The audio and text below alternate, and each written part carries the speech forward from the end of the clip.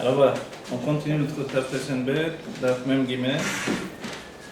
Kmo shkatou makom acher, be'inyan hatzitzit. Tout l'exemple qu'on a vu sur les 10 Sirot HaGnuzot, donc la source même de notre âme dans les mondes divins, au-dedans même de Dieu, avant qu'il y ait une amshacha, qu'il y ait un déplacement divin. Ça, vous avez Kmo shkatou makom acher. Ouais, j'ai pris après le point. Alors, je vais vous dire, la ligne commence par Beprinat itkalelut, Beprinat itachdut mamash. Vous voyez? Ah, d'accord, on est Voilà. là, On en est là, oui. oui. Ok, d'accord. De toute façon, elle était revenue en plus. Kmo shkatou makom acher, be'inyan hatzitzit. Et l'exemple, donc, pour expliquer la lumière de ce qui s'appelle Memale Kol Almin, Sovev Kol Almin, la lumière avec la musique, voilà, ce sont les bruitages pour définir la lumière qui se dévoile. Donc en fait, vous vous rappelez, Memale Kol Almin, Sovev Kol Almin, c'est deux notions qui nous expliquent la lumière qui s'investit dans les mondes et qui est perçue par les mondes, comme notre intellect au-dedans de nous, qui est le commencement on va dire, des actes provoqués. C'est ça l'intellect. D'accord? Les actes que l'on provoque par la conscience humaine commencent par l'intellect. Au-delà de l'intellect, au-dessus de l'intellect, il y a ce qui va éveiller en nous des actes qui ne sont pas provoqués par la conscience. D'accord? Mais par l'inconscient. Attendez une seconde. Oui. J'aimerais que vous reveniez là-dessus, s'il vous plaît. Il y a des actes dans notre vie On provoque provoqués par la conscience, c'est ça. par la l'intellect. conscience, c'est par l'intellect. Tandis que les actes qui ne sont pas provoqués par la conscience, mais par l'inconscient, on va dire, au français. Alors ça, c'est au-dessus de l'intellect, ce qui sera défini par la Chassidut, le Keter. Donnez un exemple. Un exemple. Par l'inconscient. Voilà, l'inconscient. On a envie. Une pulsion une envie de manger qui n'est pas basée, par exemple, sur Une faim. Donc de manger par exemple du sucré ou de manger, etc. D'avoir une envie de plaisir. Non, moi c'est sans plaisir. Je passe du doux au sucré. C'est quoi? C'est l'inconscient ou c'est la folie? C'est un besoin d'équilibre dans le corps. Mais c'est aussi lié à l'inconscient. Ouais. Donc c'est lié à l'inconscient. C'est lié à l'inconscient, effectivement. Donc un besoin physique qui n'est pas exprimé par une faim normale, alors qu'on a mangé à satiété, etc. Un besoin nafsi, un besoin de l'âme en réalité, d'accord? Un besoin de plaisir, une volonté soudaine, une envie de faire quelque chose, une envie de vivre très puissante, etc. Tout ça, forcément, c'est pas quelque chose qui est exigé par l'intellect, mais qui est exigé par l'inconscient. Ça peut être des horreurs aussi, une envie de vivre voilà, très fort. Exactement, ce sont des donc horreurs. c'est ça. De toute façon, tout ça c'est manipulé, dirigé et entraîné par des horreurs, par des lumières. Des lumières spirituelles qui viennent des forces cachées de notre âme. Donc ces horreurs, ces lumières, elles viennent et nous entraînent vers la vitalité. C'est un flux de vitalité. Vous voyez? Ce flux de vitalité qui n'est pas conscient, justement, il dévoile l'intériorité de notre être, ce qu'il y a de plus profond en nous. Et ça, c'est comparable. Et c'est comparable donc à notre situation, comme on a vu auparavant, telle que notre âme se trouve dans les mondes divins. Et telle que notre âme se trouve dans les mondes divins, lorsqu'elle s'épanche, alors elle passe du Sovev Kol Almin à Memale Kol Almin, a priori, donc de la lumière qui entoure les mondes à la lumière qui pénètre dans les mondes, mais dans la source telle qu'on l'a vu ici, on est même dans un état de source de la lumière qui entoure les mondes et la lumière qui pénètre les mondes. Je retraduis. La lumière qui entoure les mondes, c'est cette part des forces cachées de l'âme qui vit avec nous tout le temps et qui fait que nous sommes un être vivant avec des besoins de vie. Par exemple, l'enfant vit tout le temps avec ces besoins-là. Je veux, c'est le premier mot que l'enfant exprime. Je veux, toute la journée, il est avec des je veux. Ce je veux chez lui est poussé par un besoin immédiat d'assouvir son désir. Vous voyez? Et c'est à l'image du désir de Dieu, qui est aussi puissant. Comme l'enfant vient du monde des âmes, alors il ne connaît pas le temps de préparation, le temps d'attente qu'il faut pour réaliser les choses dans la matière. Donc il n'a pas vraiment de notion de temps, parce qu'il est justement lié au makifim, au keter, donc à l'inconscient si vous voulez. D'accord? Donc dans les forces cachées de l'âme, il y a ce niveau-là de volonté d'une puissance qui est, on va dire, sans limite. et les besoins de cette volonté qui est sans limite, alors en réalité, c'est les besoins d'assouvir, non pas des besoins intellectuels, mais des besoins qui dépassent l'intellect. Vous avez souvent entendu le terme de l'intuition féminine. L'intuition féminine, ça se traduit dans la Chassidut par Pnimiut Bina, Pnimiut Atik. L'intériorité de la Bina, qui est la construction intellectuelle féminine en fait, donc c'est la réflexion, c'est l'intériorité de Atik. Atik, c'est ce qui est Netak, ce qui est, comme on va dire, comme séparé de la réalité. Vous voyez ? Donc c'est l'intériorité du Keter, l'intériorité de l'inconscient. L'intériorité de l'inconscient, c'est ce qui fait que je suis vivant en réalité. D'accord ? Et cette vie que je vis, donc, si l'on doit résumer tout ce qu'on vient de dire, elle ne peut pas uniquement être résumée au Memale Kol Almin, à la lumière qui remplit les mondes et qui est gérée et, on va dire, introduite dans les mondes et perçue comme une lumière consciente. Donc dans notre personnalité, ça devient l'intellect, un être, on va dire, responsable qui se dirige d'après son intellect. Et en même temps, on ne peut pas empêcher qu'au-dedans de nous, il y a comme un adolescent qui, lui, ne sait pas ce que c'est, on va dire, le joug de la responsabilité. Il veut sans arrêt qu'il y ait une prikat ol, il veut sans arrêt la repousser, la briser. En même temps, on voit que Dieu nous impose un immense hall au-dessus de nous, sur nos épaules. Ce hall que Dieu nous donne, qui est formé par toutes les mitzvot, a priori, il est là pour nous limiter, pour nous enchaîner à sa personne, nous attacher à lui. On va dire, mais est-ce que Dieu veut notre bonheur ou il ne veut pas notre bonheur ? C'est toutes les questions que, a priori, ceux qui ne veulent pas être religieux se posent. Également, celui qui est religieux, à un moment ou à un autre, il se le pose aussi. Il se pose ces questions. Et quand il se pose ces questions, alors il se dit, qu'est-ce que veut Dieu avec tout ça ?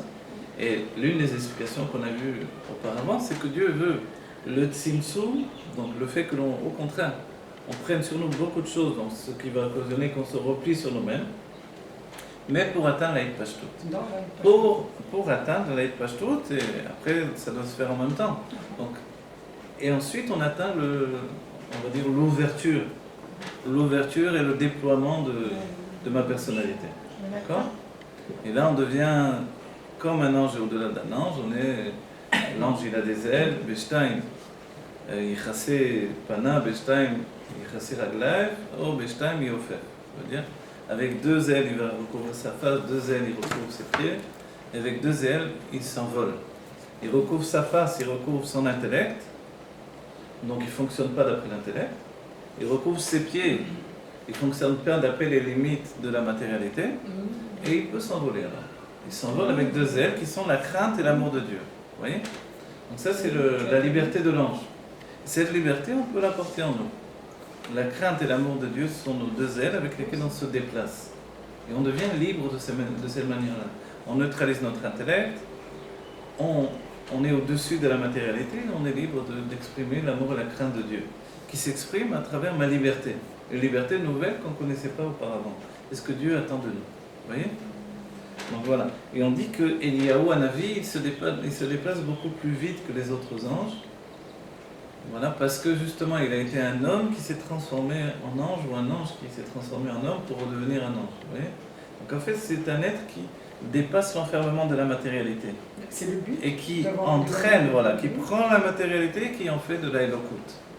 Qui prend de la matérialité et qui en fait du divin. Mais Eliyahu Hanavi, il pouvait prendre le corps de n'importe qui. Est-ce que c'est le but ? Ensuite, une fois qu'il est parti dans les mondes divins avec son corps, ensuite il peut revenir de manière à se cacher mais c'est son corps, même s'il se déguise en arabe ou etc. C'est son corps à ce moment-là, c'est ce que les sages ont défini. Le Rabbi rapporte aussi dans les Sikhot. S'il doit sauver un juif, il va venir avec son propre corps. Autrement, il se trouve dans des Brit Milot dans le monde entier en même temps. Parce que son âme, elle peut être Beit Pashtout et se répand et peut être en plusieurs endroits. Puisqu'on dit que Eliyahu Hanavi vient à toutes les Brit Milot. Chaque Brit Mila, Eliyahu Hanavi arrive. Et s'il y a 100 Brit Milot dans le monde en même temps, comment ça se passe techniquement ? Alors son âme, elle peut se retrouver à plusieurs endroits à la fois. Comme nous-mêmes, on voit bien que notre esprit peut être à plusieurs endroits à la fois. Vous voyez ? Notre esprit se trouve ici, et si je pense à autre chose, alors il est ailleurs. Et si ma volonté c'est d'être dans l'endroit où je veux être, le Baal Shem Tov a dit, je suis tout entier à l'endroit où ma volonté veut se trouver. Et comme ma volonté c'est quelque chose d'inconscient, alors on comprend bien que cette part inconsciente de mon être, elle est le commencement de ma vitalité humaine. D'accord ? Et de là, toute la difficulté de la psychologie, etc. Et comme on a une difficulté à vivre avec cette âme divine chez nous, qui est en fait une grande part d'inconscient qui vit avec nous, vous vous rappelez, il y a le tselem, la lettre tzadik, ça représente, on nous demande d'être un tzadik, ça représente l'aspect des forces dévoilées de notre âme. Donc c'est le tzadik. Les deux lettres lamed même, elles sont au-dessus de notre tête. Ce sont les makifim. Chaya et Yechida. Vous voyez ? Chaya, c'est l'intuition masculine plus que féminine, à ce niveau-là, qui est liée à la vision. Elle empiète sur l'intellect, mais elle dépasse totalement l'intellect. Donc elle a une petite prise dans la compréhension. Je pensais que la volonté c'était contraire, c'était bien conscient. Non, la volonté c'est pas conscient, c'est pour ça que rien ne résiste à la volonté. Pourquoi ? Parce que justement, elle n'est pas consciente. Voilà. Mais c'est quoi alors? Si elle était consciente, elle serait consciente, ça veut dire passer par l'intellect. Passer par l'intellect, ça veut dire être limité. L'intellect fonctionne par le biais de la limite. Et la limite, c'est ce qui nous donne des kelim de tikkun, des réceptacles de réparation, on va dire. Donc, de réparation, ça sous-entend qu'ils peuvent être formulés avec le système du monde, le système de la limite du monde. Ça veut dire pour nous que je peux rentrer ces kélim-là, ces réceptacles-là, dans ma vie, dans ma famille, dans tout ce que je vis au quotidien, dans la société, etc. Vous voyez ? Les kélim, c'est tout ce que je fais qui rentre justement dans la normalité. Vous voyez ? Maintenant, les vrais kélim de tikkun, ce sont ceux de Torah et Mitzvot. C'est pour ça qu'ils sont de tikkun. Tikkun, ça veut dire une réparation. Et une réparation, ils viennent réparer mon existence. On va dire, mais pourquoi j'ai besoin de réparer tout le temps ? Parce qu'on provient de Shirat HaKelim. On provient en fait d'une source divine qui a explosé, ou implosé si vous voulez. C'est-à-dire que sans Torah et Mitzvot, on n'aurait pas rien. Voilà, sans Torah et Mitzvot, on serait comme un âne sauvage, comme un être qui n'aurait pas de limite. Quand on voit les sentiments exprimés de quelqu'un qui n'a pas pris sur lui le joug de Torah et Mitzvot, ce sont des sentiments démesurés. Les sentiments de quelqu'un qui a pris sur lui Torah et Mitzvot, ce sont des sentiments beaucoup plus limités. Et la différence, elle est flagrante, même dans le don de la tzedaka ou dans d'autres points, dans l'expression de son amour, de sa fureur, etc. Normalement, les réceptacles de Torah et Mitzvot vont enfermer mes sentiments. Mais ce qui se passe, c'est que les fils Yichlo et Oulal Ish, je grandis mes sentiments, le Ish, c'est le nom qui est lié aux sentiments, je grandis mes sentiments en même temps que ma perception intellectuelle. Plus je comprends des choses élevées, plus mes sentiments s'élèvent avec mon intellect. Vous comprenez ? Comme l'enfant qui ne comprend pas des choses élevées, forcément ses sentiments sont petits.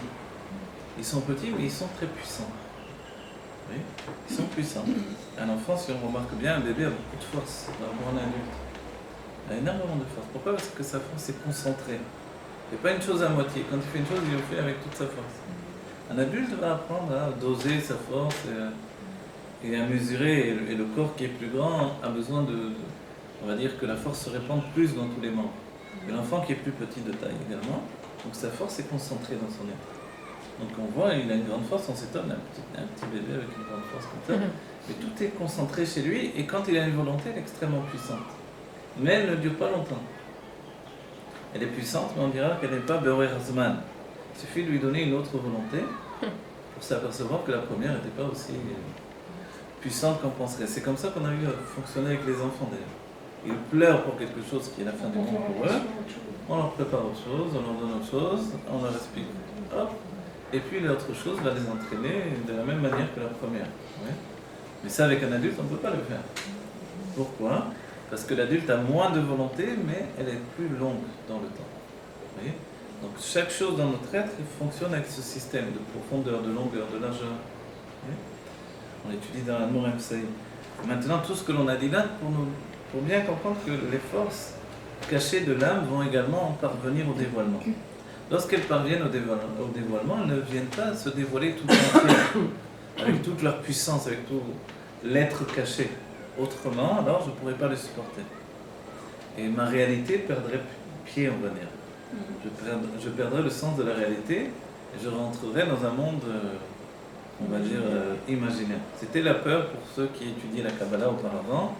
Les gens avaient des âmes beaucoup plus élevées, au niveau intellectuel, au niveau des sentiments, si bien qu'on avait peur que lorsqu'on étudiait la Kabbalah sans préparation, alors on sorte du monde plus facilement. Aujourd'hui, on est tellement attaché en bas que vous pouvez étudier ce que vous voulez. Pour faire se lever quelqu'un, il faut... C'était du temps du Rambam, mais le Harizal a dit, dans la génération qui précède la Géoula Métiv Hashema, alors c'est une mitzvah et une nécessité d'étudier cette sagesse-là. Aujourd'hui, c'est essentiel, c'est ce que l'on fait ici. Oui, vous n'avez pas encore 40 ans, et vous étudiez déjà cette sagesse-là. Vous voyez? Donc la lumière elle entre dedans des mondes, et c'est comparable au talit. Vous voyez, il y a le talit gadol, le talit katan, et le talit c'est un makif, c'est un vêtement, c'est un malbouche. Malbouche, c'est un terme qui se rapporte au levouche. Mais le malbouche est un nom kadosh, saint, qui lui est apparenté au malbouche de la bina. Qu'est-ce que c'est le malbouche de la bina? C'est comme un manteau de la bina. Ce manteau permet aux jeunes époux, qui sont Zeranpin et la Malchut, le Khatan et la Kala, des mondes divins. Le Khatan, ce sont les sentiments, les 6 mesures de sentiments. Et la Kala, c'est la Shrina, la présence divine, et c'est l'expression. Donc la parole et l'action dans le monde divin. Quand il est écrit Vayomer Hashem, Vaïdaber Hashem, Dieu n'a pas de bouche. Donc comment ça se fait qu'il parle? Donc c'est l'expression de la Malchut. D'accord? La Malchut, c'est la jeune fille ou la jeune femme au début du mariage. Mais pour qu'ils puissent s'unir panim ve panim, donc pour que les roses, les lumières divines puissent s'exprimer, qu'il y ait une fusion entre le côté masculin et féminin dans les mondes divins, ils doivent être protégés par le manteau de leur mère.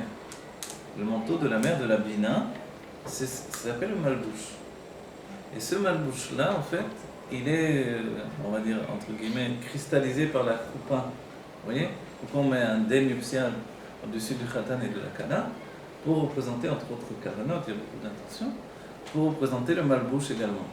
Et leur permettre une union dans leur âme dans le niveau de panim et panim. En d'autres termes, pour que les forces du mal ne viennent pas interférer dans cette union qui est en train de se faire.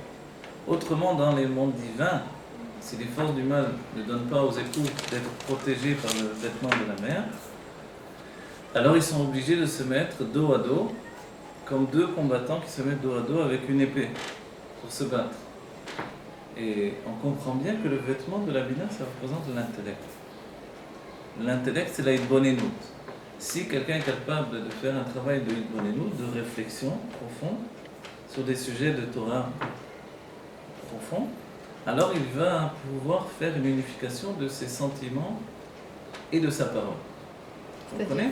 C'est-à-dire que là, ce que je vous explique, voilà, par le bien, non, par la protection de la bina, alors il peut faire ensuite dans l'expression, puisque la parole est là pour exprimer des sentiments, donc c'est une union. Là, je vous parle, qu'est-ce que je fais? J'exprime mes sentiments par le biais de la parole. On dit pourquoi les sentiments? C'est l'intellect a priori, d'accord? Mais l'intellect sans les sentiments, c'est très froid. Ça ne vous intéresserait pas si je vous parlerais de manière froide. Vous voyez? En fait, j'ai besoin d'habiller dans des choses, dans des images, des vêtements, d'expressions, des levushim, ça s'appelle. Ces levushim, ces vêtements, portent avec eux des sentiments, lesquels font que, quand ça sort du cœur, ça rentre dans le cœur. Vous voyez? Donc en fait, pour pouvoir être sûr maintenant, et qui me dit que c'est vrai ce que tu dis, c'est vrai parce qu'il y a un travail de hitbonenut. Donc c'est-à-dire que l'intellect est attaché à la chokma, à la base de l'enseignement, et il fonctionne de manière entière pour permettre d'être un levouche, un vêtement qui protège les sentiments au moment de la parole. Vous voyez? Vous avez compris un petit peu? Regardez, ça rejoint un peu ce que l'on dit. Quelqu'un dit quelque chose et il vous dit « Désolé, ce que j'ai dit, je ne le pensais pas ». Et l'Admorazaken intervient et dit s'il ne le pensait pas, il n'aurait pas dit. Il est impossible qu'il ait dit la chose sans y penser auparavant. On ne me dit pas tu le pensais pas, dis que tu ne voulais pas le dire. Non, tu voulais le dire quand même, parce que tu l'as Ouais, dit. tu l'as dit, je suis désolé d'avoir dit, Mais tu je ne dis regrettes. pas, Voilà. tu ne le pensais pas. Voilà. Là, et l'Admorazaken rajoute, on verra qu'une personne est capable de vous sortir ce qu'elle pensait sur vous depuis 1 an, 2 ans, 3 ans, depuis 10 ans peut-être. Voilà. Et vous êtes effaré de voir que pendant toutes ces années, elle a retenu la chose en elle. Donc elle avait pensé. Et on verra que dans la ligne de la Chassidut Rabbah, si tous les courants sont, on va dire, dans l'expression de ce qui s'appelle Shmirat HaLashon, de se protéger, de dire la Shonara, tout le monde étudie ça, etc. C'est-à-dire c'est une mode même dans le judaïsme aujourd'hui. Et sauf, on va dire entre guillemets, les Chabad qui ne l'étudient pas plus que d'autres halachot. Il faut l'étudier comme d'autres halachot, mais pas plus que ça. Pourquoi? Parce que l'essentiel, c'est pas de voir comment on parle, mais comment on pense. Dès que j'ai une mauvaise pensée sur un juif, je dois la repousser. Et de ce fait-là, c'est sûr que je ne vais pas mal parler sur lui. Vous voyez? Donc le travail se fait dans la pensée. C'est ça la technique de l'Admorazaken. Ce travail qui se fait dans la pensée, on comprend bien que comment je protège mes sentiments et ma parole par le biais de la Bina. D'accord? La Bina, c'est ce manteau. Et tous les matins, quand on dit Malbi Sharomim, on doit avoir l'intention, d'après le Shara Kavana, de renforcer le vêtement de la Bina. Voilà. Qui nous protège au moment où nos sentiments et notre parole s'unissent. Ce qui revient à dire au moment où on parle pour exprimer nos sentiments. D'accord? Donc quand je dis quelque chose à quelqu'un qui le reçoit bien ou qui le reçoit mal, ça dépend également de cette chose-là. Donc il faut tourner 7 fois sa langue dans la bouche. Voilà, 7 fois, ça représente aussi mesure de sentiment et la malchut. Même les Rebbeim nous disent que quand ils reçoivent un Mahama, ils le tournent 7 fois dans leur bouche avant de le dire. Ouais. On a l'impression qu'il dit le Mahama au moment où il a reçu, Pourquoi le tourner cette fois? parce que justement il faut entre guillemets se familiariser avec le Mahama pour le Rabbi et l'intégrer dans son signon, c'est-à-dire dans sa manière personnelle. Les enseignements que l'on voit dans le premier des rabbis de Lubavitch, l'Admorazaken, on le retrouve dans le dernier des rabbis de Lubavitch, le rabbi Meir Mashiach d'aujourd'hui. On va dire alors, quelle importance? Pourquoi? Mais la manière est tout à fait différente. C'est une manière, pour dévoiler sa manière personnelle d'exprimer cet enseignement divin, il doit le tourner 7 fois dans sa bouche. Et quelquefois même, il l'exprime une première fois à des proches et après ils le disent en public. Comme ça, on peut toujours travailler les réveils. C'est le rabbi qui porte. Voilà. Donc, l'image qui est donnée ici par le Tafresh Ben, le Rabbi Rachel, c'est l'image d'un talit avec le tzitzit qui descend. Vous avez le talit qui est un vêtement spirituel, qui lui est en relation avec la bina, avec le keter, avec tout ce qui nous entoure et qui est, on va dire, j'arrête un moment là, la bina, a priori c'est l'intellect. Mais curieusement, c'est un intellect qui est aussi une clé de l'inconscient. Et c'est pour ça qu'elle est capable de nous protéger dans nos sentiments. Si c'était un intellect déconnecté totalement de l'inconscient, alors elle serait également, c'est un enseignement du Rabbi, elle serait également totalement déconnectée des sentiments. Vous comprenez? C'est-à-dire comment on peut transformer nos sentiments quand on voit qu'on a des mauvais sentiments que Dieu présente. C'est-à-dire des sentiments excessifs, par exemple. Je m'emporte de manière excessive, que ce soit dans l'éducation, dans l'amitié, etc., au lieu d'être calme, d'avoir de la patience, tout à coup, pour des choses qui me tiennent à cœur, je suis très colérique. Oui. Et après coup, je m'en veux. Quand je m'en veux, je dois comprendre que le système ne doit pas fonctionner de cette manière-là. Donc la compréhension, elle est la clé de la soumission des sentiments. Mais en même temps, nous dit le Rabbi, elle ne peut pas transformer les sentiments. Elle ne peut pas les sortir de ce qui s'appelle les forces du mal. Les forces du mal, c'est aussi le simple fait d'exagérer. Vous voyez, les forces du mal, c'est pas juste des monstres, des trucs comme ça. Les forces du mal, c'est aussi... La négation. Voilà, la négation des choses inconscientes, des choses à répétition. Vous voyez? Parce qu'aujourd'hui, on ne vit plus avec ces démons et ces trucs comme ça. Alors, ça veut dire quoi pour nous, les forces du mal? Ça veut dire tout simplement le fait de tout ce qui me fragilise dans ma personnalité. Ouais. Quelqu'un est, on va dire oui, lui il est stable, c'est une personne stable, équilibrée. L'autre, oulala, il est bizarre cet homme-là, cette femme-là, elle est un peu bizarre, attention. Vous voyez? Quelle différence? une personne, on voit qu'elle est excessive, on voit qu'elle n'est pas mesurée, on voit qu'elle, en termes de chassidut, elle rentre pas dans les kelim. Donc l'influx d'inconscient est beaucoup trop grand pour les kelim, les réceptacles. Donc, en d'autres termes, en termes de Kabbalah, elle est en shfirat hakelim. Vous voyez? Elle est en brisure de ce réceptacle tout le temps. On dit elle a une rayure sur le disque ou un truc comme ça, vous voyez? Ça veut dire qu'elle est... Donc, on voit qu'elle est excessive, elle sort de ses kelim. Quel est son travail? Il faut qu'elle arrive, donc, par le biais de la parole, qui est gouvernée par l'intellect, à faire un travail pour rentrer finalement ces lumières dans ses kelim. Mais le Rabbi nous dit, si l'intellect de la Bina est totalement déconnecté des sentiments, il ne peut pas réparer les sentiments. Oui.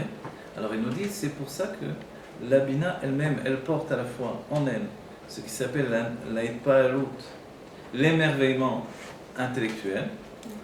D'accord? Cet émerveillement intellectuel, ce sont les sentiments de la Bina, les sentiments de l'intellect, de la réflexion. Comme il y a des sentiments également, elle peut se diriger vers les sentiments. Mais on va dire, mais d'où elle possède des sentiments? Parce qu'en réalité, Pnimiut Bina, Pnimiut Atik, elle pénètre au-dedans d'elle, dans l'inconscient. Et ça, c'est tout l'esprit de la femme. La femme est intellectuelle, elle est attachée à la réflexion, mais on ressent très fortement la hitpalut, l'émerveillement dans son être. Ce que le monde traduit comme sentimental. Et ce sont les sentiments de l'intellect en réalité. Et d'où vient l'éclat de hitpalut qu'il y a dans la femme constamment? Pourquoi il y a toujours un émerveillement chez la femme, ce qui n'est pas le cas chez l'homme? C'est parce que son intériorité est liée à l'intériorité de l'inconscient, du Keter, oui, du niveau le plus profond, duquel provient également la Géoula et la Chassidut. Donc en fait, elle est toujours, des deux côtés, elle est attachée aux sentiments. Donc elle peut très bien réparer les sentiments. Vous comprenez? C'est pour cela que quand on étudie Elle le répare en Tanya, même temps ceux du mari. voilà, et elle a à charge d'aider le mari à réparer ses propres sentiments. Voilà. Et le Tanya, comme les côtés Torah et d'autres livres de Chassidut depuis la Zaken, nous exprime que l'essentiel c'est la Hitbonenut. Pourquoi? Pourquoi du Tanya on tire comme une ligne générale que l'essentiel c'est la Hitbonenut? Donc la réflexion, c'est parce que justement sans réflexion il n'y a pas de vie active au niveau spirituel. Vous comprenez? D'autres traduiront méditation ou d'autres styles d'expression, mais la Hitbonenut c'est vraiment la Bina, une construction intellectuelle. Donc cette construction intellectuelle, voilà, c'est une réflexion qui amène aux actions et qui amène également au fait de l'expression de nos sentiments. Quand quelqu'un voit que ses sentiments sont comme un chien fou, comme un animal sauvage, alors il est choqué lui-même de cette vision-là. Donc il travaille à les limiter. Le céder du Tanya, l'ordonnance du Tanya, c'est déraciner les sentiments naturels et replanter des sentiments intellectuels. Oui. Donc la graine des sentiments intellectuels vient de l'émerveillement de la Bina. Tout à coup, mes sentiments sont plus petits, effectivement, mais ils sont metoukanim, ils sont réparés. Vous voyez? C'est pour ça que dans la Chassidut Rabbah, on ne parle pas du tikkun amidot tout le temps, parce que le fait même d'étudier la Chassidut Rabbah, c'est un tikkun amidot. On ne parle même pas de tikkun. On ne parle pas beaucoup de tikkun, quelquefois dans les Mamarim, mais vraiment derrière mi-mêlé. Tandis que d'autres Chassiduyot, entre autres Breslev par exemple, tout est basé sur ça. Dans la Kabbalah également, on parle beaucoup de ça. Donc le tikkun amidot vient de la racine, on va dire, du divin qu'il y a dans l'intellect. Voilà. Donc le divin, en fait, on peut le traduire inconscient par les termes de Freud, si vous voulez, dans le terme de la Chassidut, force cachée de l'âme. Et force cachée de l'âme, c'est la part du divin qui est en nous, l'essentiel de l'âme divine. D'accord? Donc la part de l'âme divine qui s'investit dans le corps est comparable au fil du tzitzit. Vous voyez? On a les fils des tzitzit, des tzitziot, qui découlent du talit. Voilà. Et l'essentiel, ce sont les fils des tzitzit, c'est pas le talit lui-même. Puisque si on met une couverture sur nous, toute miteuse, et que le talit est très sale, on empêche qu'il doit quand même avoir des tzitziot. Vous voyez? Et l'important, c'est la cacheroute, c'est pas le talit. La cacheroute, elle vient des tzitzit. Donc les tzitziot, au pluriel. Le tzitzit lui-même, maintenant, normalement, du temps du Beth Amikdash, il devait comporter un fil bleu. Le fil bleu me fait penser, donc il vient du chilazone, qui est un mollusque de la mer qui donne cette couleur bleue. Et ce bleu, pourquoi on doit avoir un fil bleu dans le tzitzit? Pour nous faire penser à la mer. On va dire, si on habite au bord, à la mer. On va dire, si on habite au bord de la mer, on est aussi obligé d'avoir. Alors, oui, on est aussi obligé. C'est le genre de question de Korah à Moshe Rabbeinu. En fait, oui, on est obligé.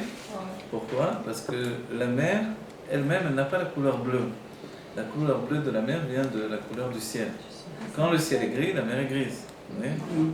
Quand le ciel est blanc, la mer est blanche. Alors, on voit bien qu'elle n'a pas de couleur, la mer. La mer, l'eau, elle est transparente.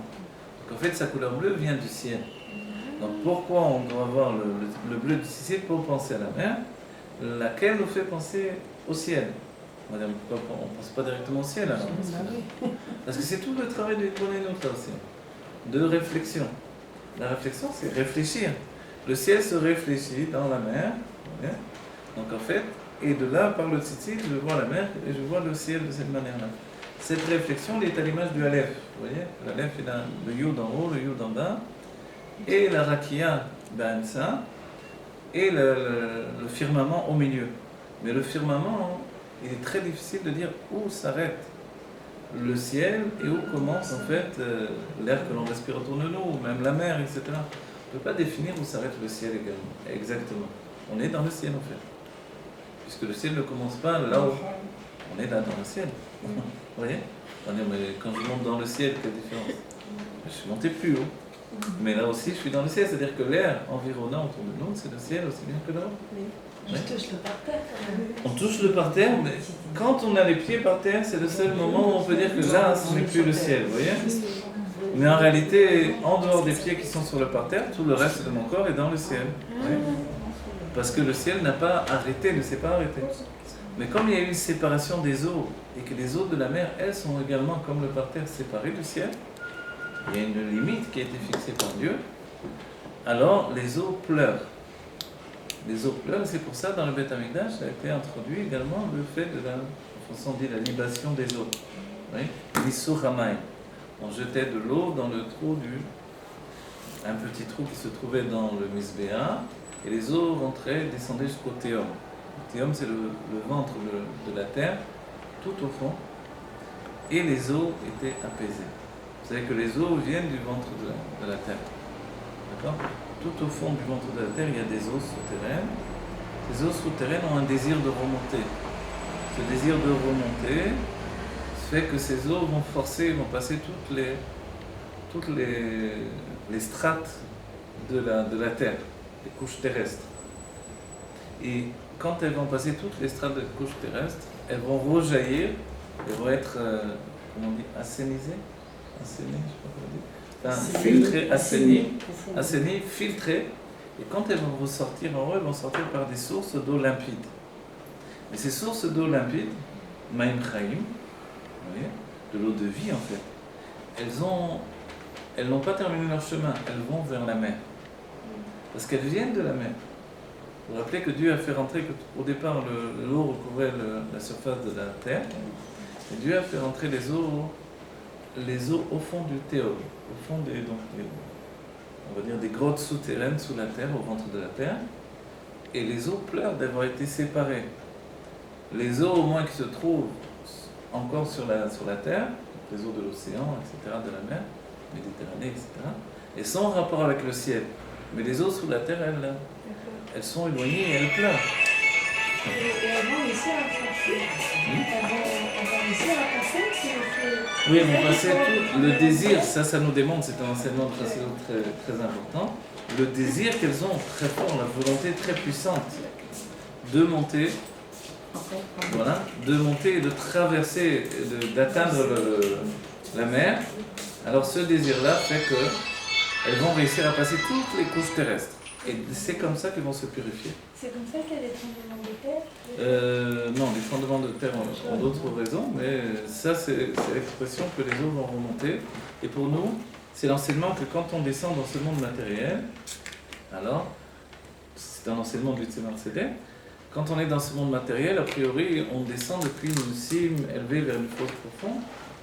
Donc, on descend vraiment dans un monde qui n'est pas pour notre bien, a priori.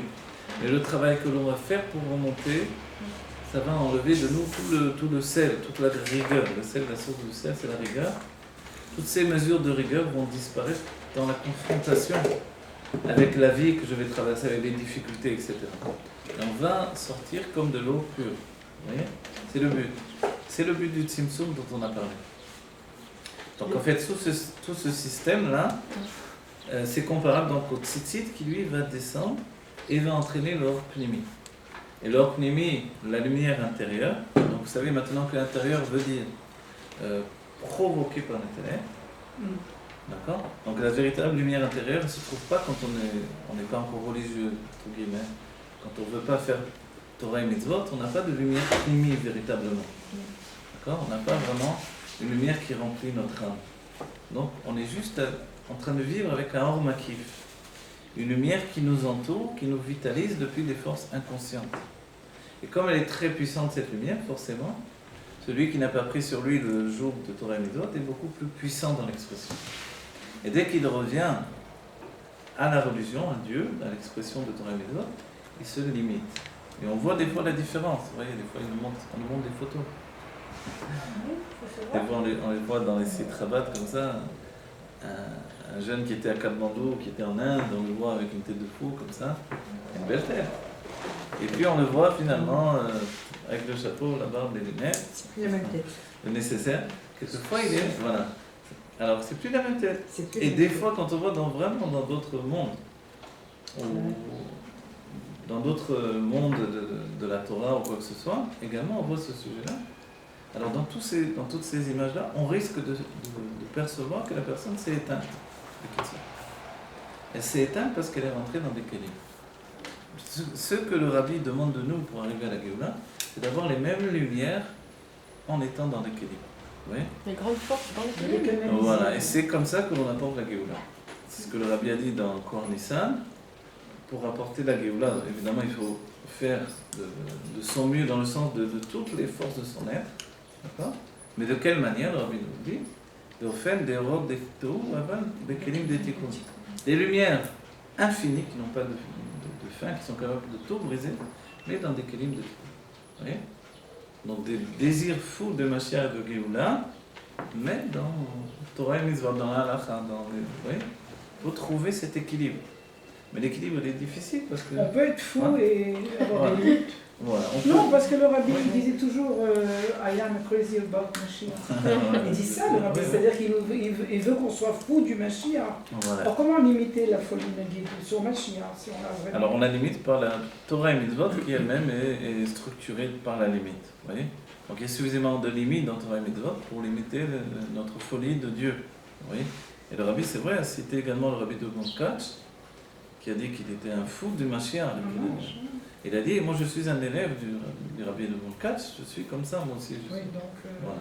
Donc on doit être comme ça, c'est-à-dire qu'il est évident que l'on conçoit trop la limite de notre vie dans le monde matériel, plus on dévoile des lumières, des orotes, on va dire, des lumières divines par l'étude, plus on comprend que forcément ce monde nous empêche d'atteindre la plénitude dans le dévoilement des lumières divines, de la proximité avec Dieu.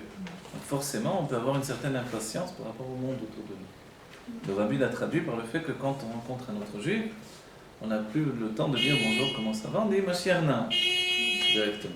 Ce Mashiach, c'est un éveil pour l'essentiel. Donc c'est vrai qu'il y a eu des périodes de préparation, il fallait faire Baufen à Mitkabel, et puis à un moment, donc de manière à ce que les personnes puissent intégrer et recevoir, et à un moment il faut aller à l'essentiel. D'accord ? Donc tout ça c'est dans... Mais ça risque de choquer des fois quand on a affaire à des gens complètement ignorants, entre guillemets. Oui, mais en fait, justement, parce que les gens, comme on dit, ignorants, entre guillemets, ils sont dans des horotes la plupart du temps, eux-mêmes, s'ils ne sont pas dans Torah et Mitzvot, ils ne sont pas choqués. Les gens qui sont dans des kélim, ceux qui ne sont pas dans Torah et Mitzvot, on va dire, il y a aussi deux sortes de gens. Il y a des gens qui sont dans des horotes, alors on les voit, des jeunes qui vont... Bien sûr, oui. Ils vont en Inde, ils vont truc... Un peu plus ou un peu moins. Voilà, ils vont en boîte de nuit, etc. Ils sont choqués de rien, en fait. Oui. On est plus choqués nous que... Oui, c'est plus les autres. Truc, ils s'en fichent, ils ramènent, vous disent ce que vous voulez. Mais celui qui est le petit bourgeois, tranquille, voilà. Dans ses mitzvot, même. Dans ses mitzvot, bien sûr. Encore pire. Alors forcément, ça le dérange. Mais oui. Toute expression de lumière qui dépasse un peu le Kéli, alors ça dérange. Hein. Donc en fait, c'est pour lui essentiellement qu'il faut bousculer les choses. Mais pour l'autre, c'est de manière naturelle qu'on va lui donner des horreurs. Mais ceux qui sont petits bourgeois de la Torah, il est évident qu'il est interdit de devenir un bourgeois de la Torah. L'expression de bourgeois dans le judaïsme, ça s'exprime par le terme de Yerushalmi. Oui. Voilà. C'est vrai, c'est comme ça que ça s'exprime. C'est pas une critique pour les gens de Yerushalayim. Hein. C'est le terme Yerushalmi dans le judaïsme religieux veut dire celui qui est rentré dans ses kelim, qui n'est pas mitpael de rien, justement, au contraire de la fin. Mais il n'est pas moins grave, celui-là. Ah oui, il est rentré dans sa bourgeoisie. Oui. Bah oui. À Yerushalayim eux-mêmes, ils se moquent eux-mêmes de ce côté-là. Donc, on dit que le rabbi même l'exprime, le rabbi l'a exprimé. Entre les personnes qui ont du mal aussi à recevoir Mashiach, le rabbi dit c'est les maskirim du rabbi, et les bourgeois, les Yerushalmi dans le sens de bourgeois comme ça. Ouais. Ceux-là ont du mal à recevoir Mashiach et à provoquer et à être en attente du Mashiach véritablement. Pourquoi ? Parce qu'il ne faut rien bouger à leur habitude. Dans le judaïsme religieux, quand on dit le terme Yerushalmi, c'est celui qui ne bouge pas. Le système établi. Voilà. Donc comme il est déjà à Jérusalem, a priori il est arrivé au bout de ce qui devait être arrivé. L'important c'est qu'on ne lui dérange pas son chapeau, il le met là, il ne le met pas ailleurs. Mais Kippot Skolot, Voilà. c'est un peu ça aussi. Alors c'est ça dans le sens du sionisme, ce que dira le rabbi, le sionisme qui nous fait croire que la Géoula est déjà là, alors ça peut être un enfermement. Mais ils ne sont pas tous comme ça, heureusement, bien sûr, évidemment que non. Mais le sionisme, dont ils sont revenus la plupart grâce à Dieu, qui nous laissait croire que la Knesset c'était le Beth Amikdash et que le gouvernement c'est Mashiach, c'est comme ça a été formulé. Donc forcément, le rabbi dit c'est très grave et c'est très dangereux parce qu'on n'attend plus rien dans ce cas-là. Pourquoi la Géoula dans ce cas-là? Donc des rabbinim de cet ordre-là, quelquefois, disaient la Géoula viendra dans 50 ans. Ça ne dérange pas de dire des choses comme ça. Donc évidemment, heureusement que les rêves s'en vont et que les gens n'y croient plus trop, mais qui s'y attachent juste par habitude également. Mais autrement, Dieu nous met à l'épreuve pour bien comprendre qu'il n'y a plus d'idéal autre que l'idéal véritable qui était l'unique idéal du peuple juif, attendre la Géoula et attendre le Mashiach.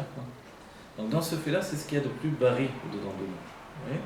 Donc quand on est Chabad et on s'attache à la peur du changement, donc on a peur de dire que le Rabbi c'est Ménara Mashiach, etc., que c'est aujourd'hui la Géoula, etc., donc forcément on est enfermé dans une sorte de bourgeoisie, même si on est Chabad. Vous voyez ? Etc. Je dis Chabad pour pas dire qu'il critique les autres mouvements, et lui il ne se critique pas. Donc nous-mêmes, moi-même au quotidien, je suis en lutte avec ça. Vous voyez, parce que c'est vite fait de s'enfermer. Dans quel cas on s'enferme? Quand on s'enferme dans les forces limitées de l'être, de l'âme. Donc on doit toujours ouvrir une porte à la joie de vivre, une porte à l'expression. Il faut danser, il faut chanter, il faut... Vous voyez, cette vitalité-là, elle doit venir avec moi, elle m'empêche de m'enfermer trop dans mon propre enfermement. Vous avez compris? Ça va? On continue? Ça, c'est le côté extrême des Kélim. Le côté extrême des Horot, évidemment, c'est de tout lâcher. C'est pour ça qu'on dit que les religieux, ils doivent faire teshuva. Voilà, exactement. C'est pour ça que le Mashiach dit les tzadikim vont faire teshuva par le biais du Mashiach. Parce que le tzadik, il peut être aussi enfermé dans son système. Le tzadik, c'est la perfection. Mais si tu es parfait, alors qu'est-ce que tu laisses? Tout le monde a fait tchouva déjà. Alors voilà, le rabbi a dit tout le monde a fait teshuva. C'est compliqué l'histoire. Ouais. Alors, sauf les tzadikim, d'après cet enseignement. Ah, d'accord. C'est génial ça. On est très mal barrés là.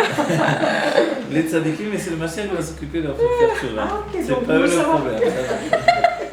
On sait plus. Donc nous, on est tranquille, mais les tzadikim, ils vont avoir du Tranquille. travail. Voilà. Donc la lumière qui pénètre au-dedans de nous, elle est exprimée le talit et le tzitzit. Voilà, on va avancer. כמו שכתוב במקום אחר בעניין הציצית שהן מן הכנף דאם היות שאינן מהכנף ממש, דהכנף הוא מהטלית, שזהו בחינת לבוש מלכות, בחינת סובב כל עלמין. Voilà. Min הכנף, le canaf dans la Kabbalah c'est un grand sujet. Le sujet même du canaf, c'est que quelque chose est caché. Quand on exprime le terme qui est lié au dévoilement de Dieu dans la Géoula, il est exprimé entre autres termes Velo yikanef od morecha. Et il ne se cachera plus, mais dans le terme kanaf, c'est un pli. Ah, Vous voyez, voilà, c'est ça. comme quand je plie là, voilà, je plie une feuille, voilà, ça c'est un pli. Et le tzitzit, il découle du pli. D'accord? Donc le kanaf, qu'est-ce qu'il désigne? Il désigne deux niveaux qui sont repliés sur eux-mêmes. Or, il faut savoir que le monde est créé par le kanaf. C'est-à-dire que le sujet même du kippour, du repliement sur lui-même, c'est comme ça que Dieu a créé les mondes inférieurs. Les mondes inférieurs sont un reflet des mondes supérieurs. Et les mondes supérieurs étaient inexistants tant que les mondes inférieurs n'existaient pas. Donc en fait, les mondes inférieurs se sont également reflétés dans les mondes supérieurs, qui se sont reflétés pour donner l'existence des mondes inférieurs. Vous comprenez? Le système, c'est un système miné ou B. C'est-à-dire que l'intention a fait un reflet d'existence qui elle-même a fait un reflet dans l'intention. C'est-à-dire que les mondes divins n'existent que parce que Dieu a désiré le monde matériel, et le monde matériel s'est reflété dans les mondes divins, mais le monde matériel n'existe que parce qu'il est un reflet des mondes divins. Vous comprenez ce système? Il n'a pas de commencement, il n'a pas de fin, parce que Dieu est infini. Comme Dieu n'a pas de commencement, il n'a pas de fin, parce qu'on dit qu'il est infini, sa lumière est infinie, mais c'est encore plus grand de dire qu'il est, en fait, il n'a pas de commencement non plus. Comme il n'y a pas de commencement, on ne peut pas dire que l'existence a un commencement en réalité, si ce n'est dans la perception. Donc, seulement à partir du monde de Bria, l'existence a un commencement, Bereshit, Bara, mais auparavant, elle n'a pas de commencement. Pourquoi? Elle n'est qu'un reflet. Et la définition du reflet, c'est aussi Atsilut Taor, l'émanation de la lumière. L'émanation de la lumière, c'est une lumière qui s'épanche et qui n'a pas passé par le biais d'une limite et d'une construction ressentie en fait. Je ne sais pas si c'est, on va dire, perçu ce que je veux dire là. C'est-à-dire que dans le monde de l'Atsilut, par exemple, l'existence n'est pas ressentie. D'accord? Le monde de quoi? De l'Atsilut, le monde de l'émanation, d'accord? Et nous venons tous du monde de l'émanation.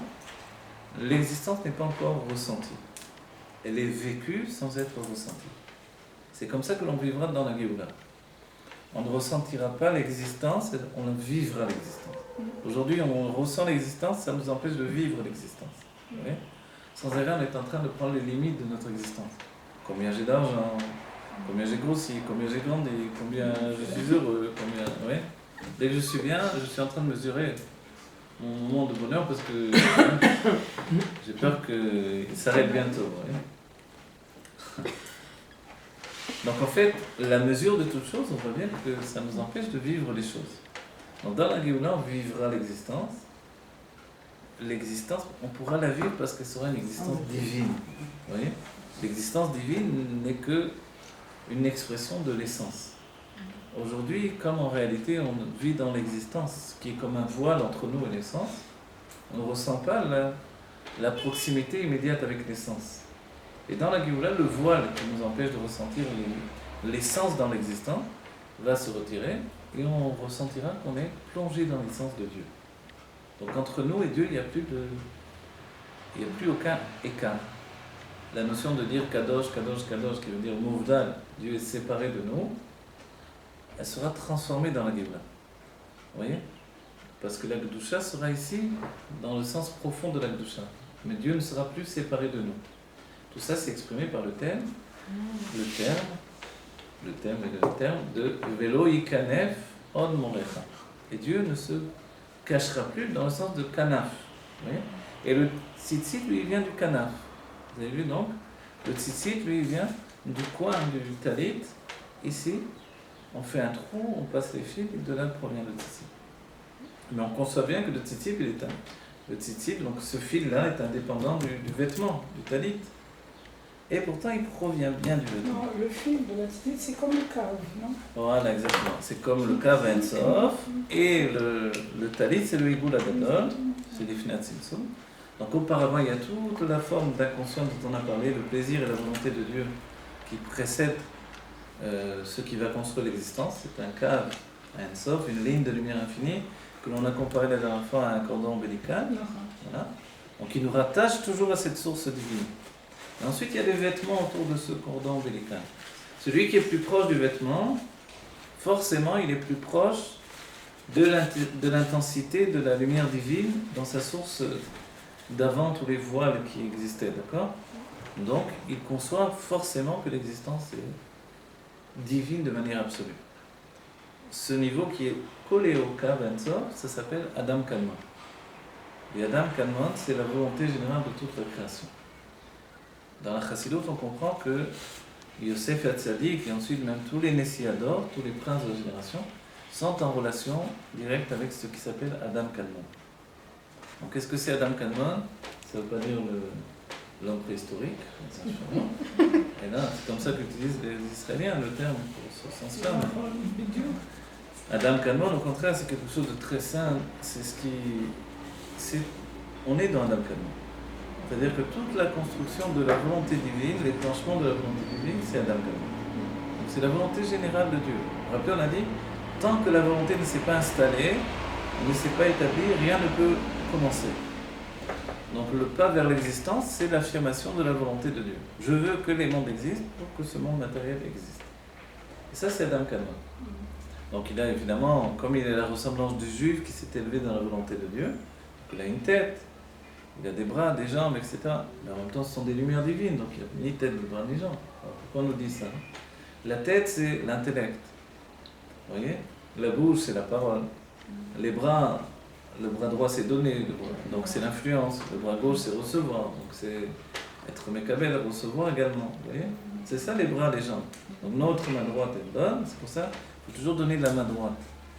À part à ses ennemis, on donne de la main droite. Vous voyez? Quand on donne quelque chose à manger, on passe une assiette, on sert un verre, il faut toujours donner de la main droite, parce que c'est la main du chesed de la générosité. C'est elle qui donne. Et la main gauche, elle repousse. Et pour les gauchers? Les gauchers, alors la main gauche peut être considérée comme la main droite. Ah oui. Et le tzitzit katan, c'est comme le... Oui. C'est pareil? C'est pareil que le tzitzit gadol, sauf que ça s'appelle un makif karov. C'est pareil et différent dans le sens où le propre du makif, on a dit, c'est l'inconscient, les forces cachées de l'âme.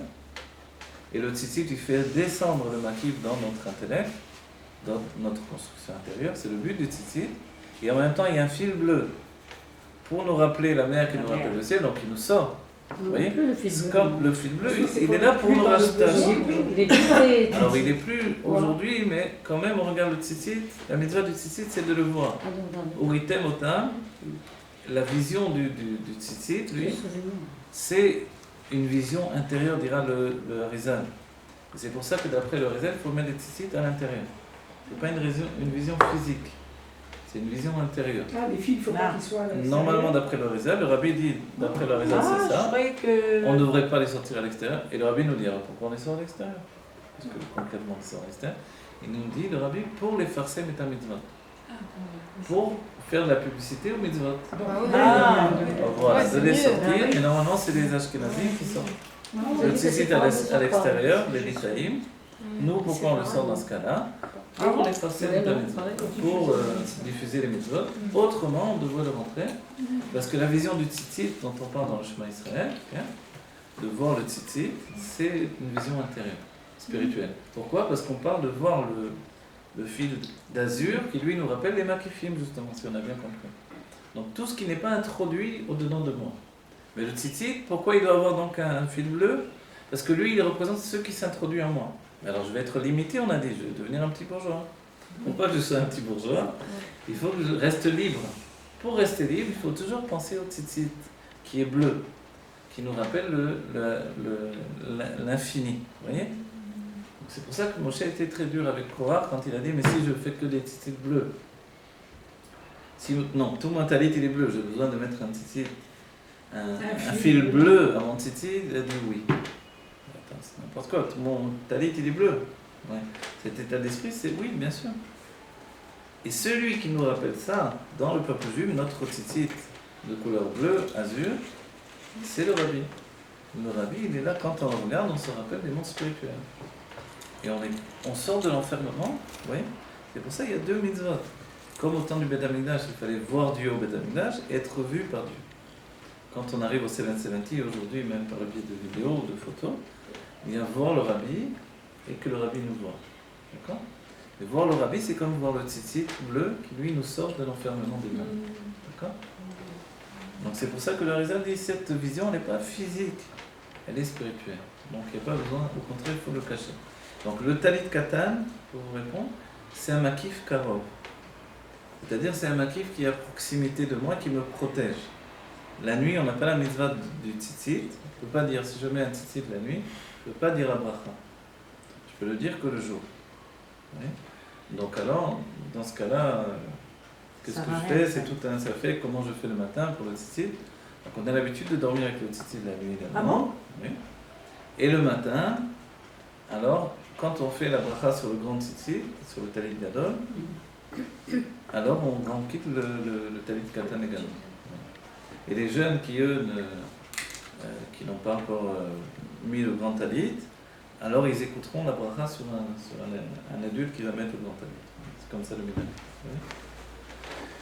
Donc, et au pire des cas, sinon il dira quand même c'est un bracha sur le tzitzit.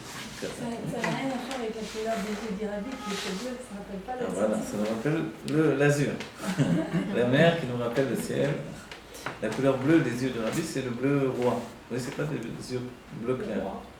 C'est bleu foncé en fait. C'est bleu roi, c'est la couleur du roi, de la royauté.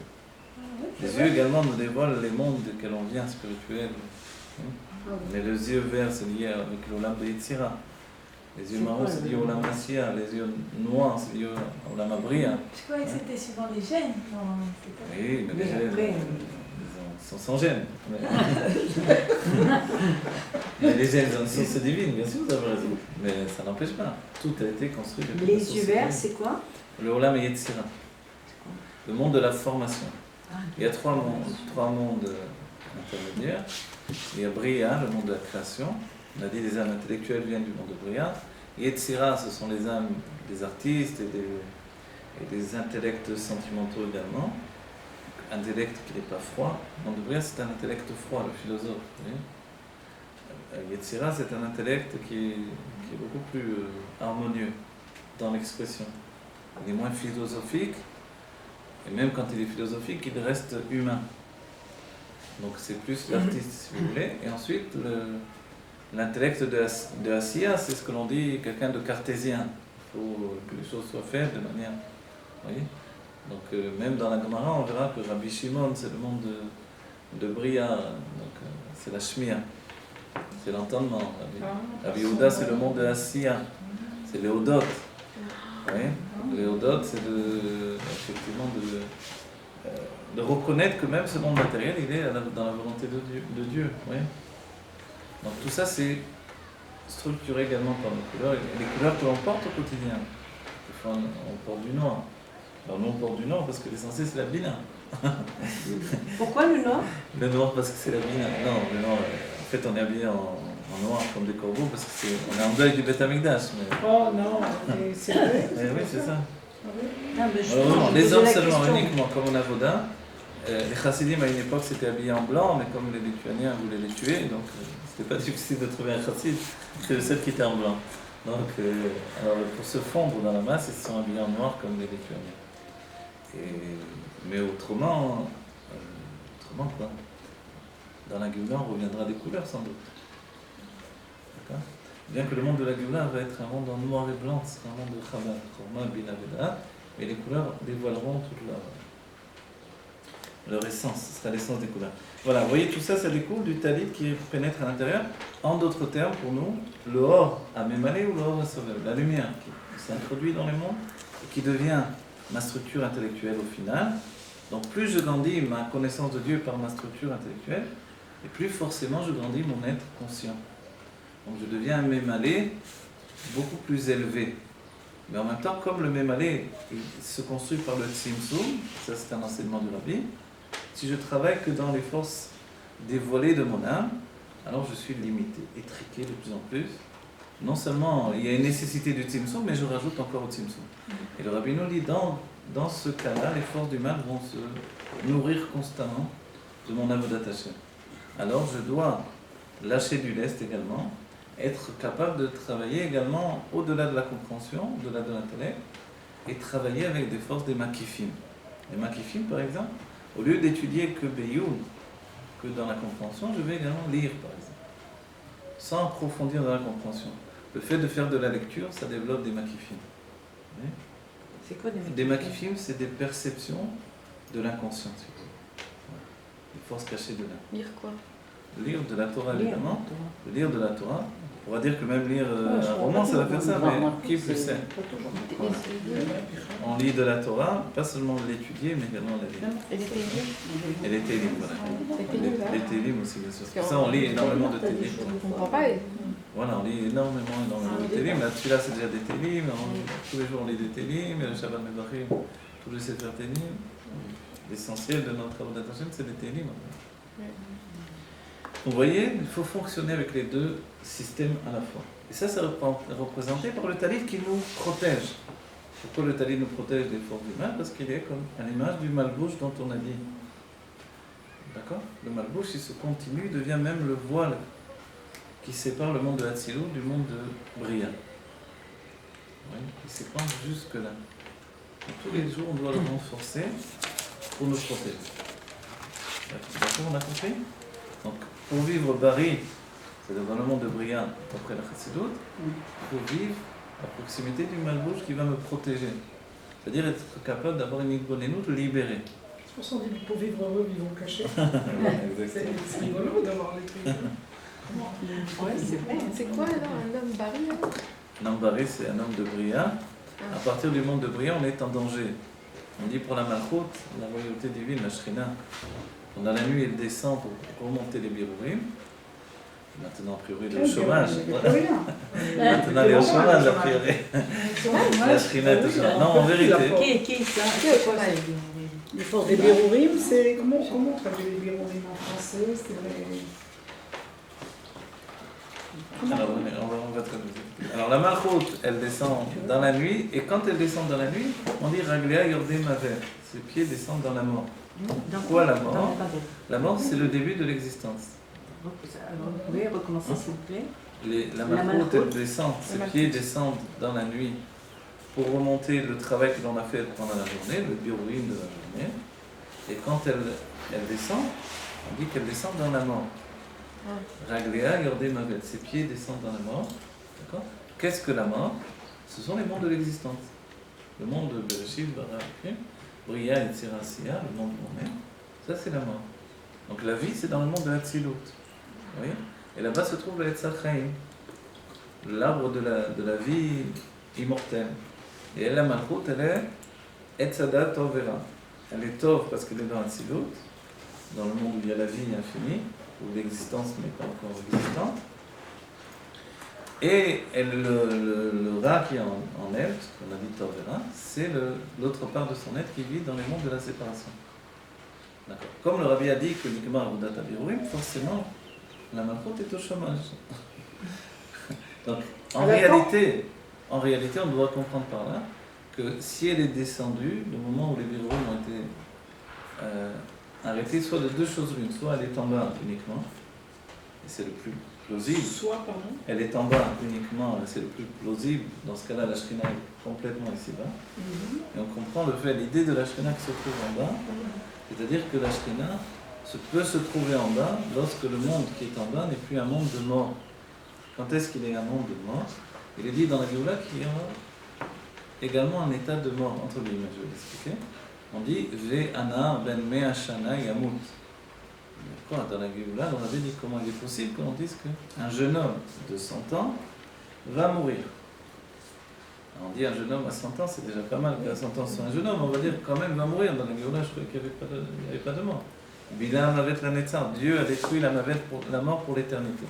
Le Rabbi nous dit, on ne parle pas des juifs, on parle du non-juif, qui lui va entamer un bureau dans le temps de la Géoula. Donc un bureau, c'est clarifier.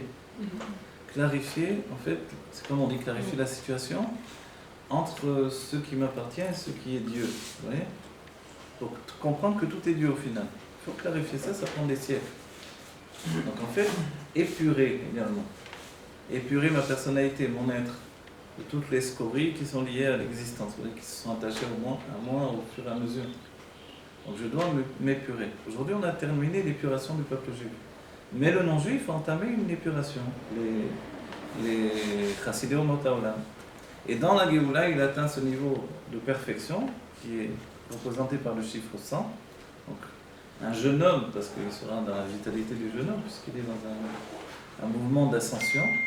Finalement, les Birurim vont se séparer de lui, ça va occasionner également un sentiment de chute, et qui va être perçu comme une mort. Dans les mondes divins, la mort, c'est uniquement une chute. Une chute de niveau est considérée comme une mort. Donc en fait, c'est juste une chute de niveau, une perception de chute de niveau, avant d'entamer une nouvelle élévation, chez le non-juif, qui, lui, se traduit dans les textes de la névoie comme la mort. Vous voyez ? Comme la mort, mais en réalité, cette mort n'est pas effective, il n'y aura plus de mort dans le désert. Vous avez compris ? Donc, cet état-là, vous voyez, comme on a dit, le rabbi souligne que ce n'est pas une mort. Mais pour un juif aussi, quand il passe de niveau à un autre. Alors il y a une aujourd'hui, chute voilà, aussi. aujourd'hui, il y a encore ce niveau-là. Dans la Géoula, il n'y aura plus de mort. C'est-à-dire que dans la Géoula, il n'y aura plus de chute de niveau. Voilà. Il n'y aura plus que des niveaux d'élévation. On s'élèvera de niveau en niveau, de vie en vie. Il n'y aura plus de mort. Maintenant, on a dit, dès qu'on descend de niveau, c'est une mort. Quelqu'un était riche, il devient pauvre, il est mort. Après la pauvre. Ah, Vous voyez ? d'accord. Donc la chute de niveau, c'est une mort. Et comment il ressuscite? Mais il redevient riche. Il ressuscite quand on lui donne. Pour ça, c'est une mitzvah de quelqu'un qui est riche de lui donner tout ce qu'il a besoin. C'est-à-dire qu'on appelle un évion. Évion, c'est plus grave qu'un pauvre, qu'un ami. Il y a un ami et évion. Évion, il y a un sens de tava également. Le évion, il a besoin quelquefois d'avoir des beaux habits. Il est habitué à avoir des beaux habits, une belle montre. Il a vendu ses habits, sa montre. Voilà, c'est vrai. Voilà. Bon, aujourd'hui, on lui dit ce qui est important, ça tout de suite, il n'y a plus besoin de montre. Alors, il y a l'heure dessus. Bon, il va se calmer. Mais dans du temps, la Gemara, on dit s'il avait l'habitude d'avoir un cheval, et un serviteur qui court devant lui, alors il faudrait lui donner ça pour le rassénérer, vous voyez, le tranquilliser. Voilà. Donc, c'est une mitzvah de faire ça pour lui. Ouais. On ne peut pas juste lui donner la staka, il va se sentir mal de recevoir la staka.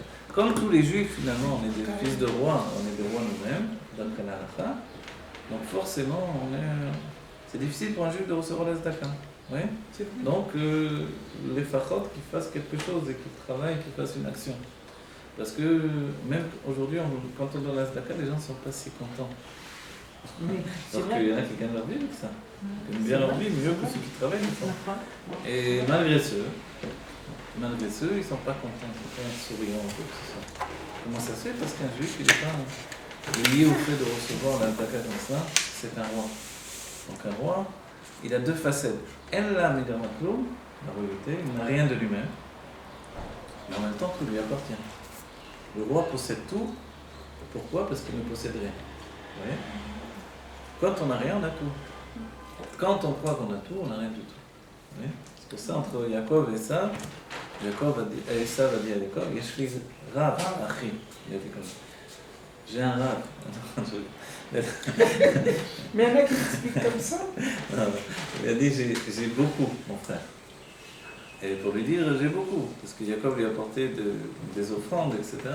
Il dit, j'ai beaucoup, mon frère. Et c'est vrai qu'on peut le dire, l'expliquer comme ça, dans le sens où on va trouver quelqu'un pour lui enseigner des choses nouvelles et dire non, moi j'ai mon rang, j'ai pas besoin de ça. Donc on peut dire c'est bien, mais ça peut être une réaction de Esav en même temps. Ça peut être bien. Et ça peut être très mauvais comme Esav. Et Yaakov, qu'est-ce qu'a répondu Yaakov? Je l'école. J'ai tout. Donc tu peux avoir tout. Oui, j'ai tout parce que j'ai rien.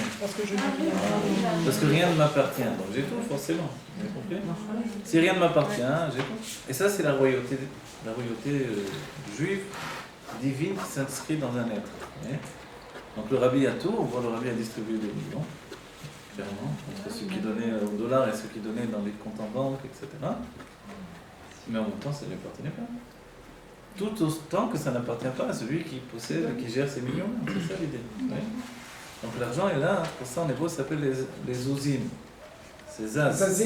Voilà, voilà. Quoi les usines? L'argent, ça s'appelle les usines? Parce que la zouze, c'est bouger.